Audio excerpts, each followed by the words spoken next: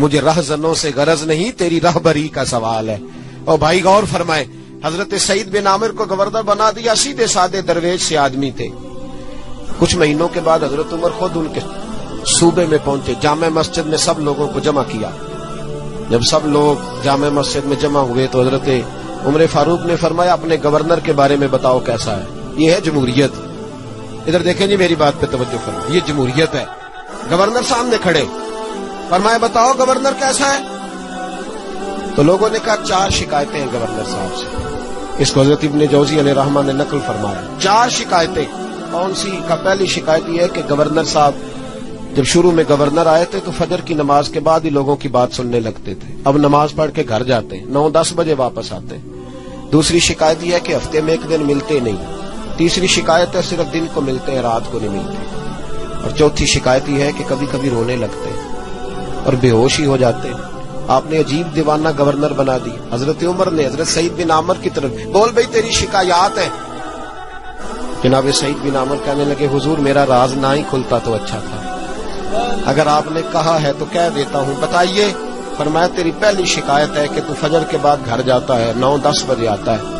جناب سعید بن عامر رو پڑے۔ گورنر صاحب کہنے لگے حضور غریب ہوں، نوکر رکھنے کے پیسے نہیں، بچے میرے پاس موجود نہیں، بیوی میری بیمار ہو گئی ہے، 30 سال اس بھلی مانس عورت نے میری خدمت کی، اب بیمار ہے، نماز پڑھ کے گھر جاتا ہوں، اپنی معذور اور بیمار بیوی کو ناشتہ پکا کے دیتا ہوں، اگر اس کے کپڑے بدلنے والے ہوں تو اس کا وجود دھو کے کپڑے بدلتا ہوں، گھر میں جھاڑو دیتا ہوں، برتن مانجتا ہوں، لوٹتے دیر ہو جاتی ہے۔ کہتے ہیں حضرت عمر پہلے جواب پہ سختہ کاری ہو گیا، کہ تیری دوسری شکایت یہ ہے کہ ہفتے میں 1 دن ملتے نہیں۔ تو سعید بن عامر عرض کرنے لگے حضور کرتا میرے پاس ایک ہی ہے، ہفتے میں 1 دن دھو کے خشک ہونے کو ڈالتا ہوں، بیوی کے کپڑے پہن کے بیٹھا رہتا ہوں، ٹھنڈ کا موسم ہے، اثر وہیں ہو جاتی ہے۔ کہتے ہم لوگوں کی آنکھوں میں آنسو چمکنے لگے۔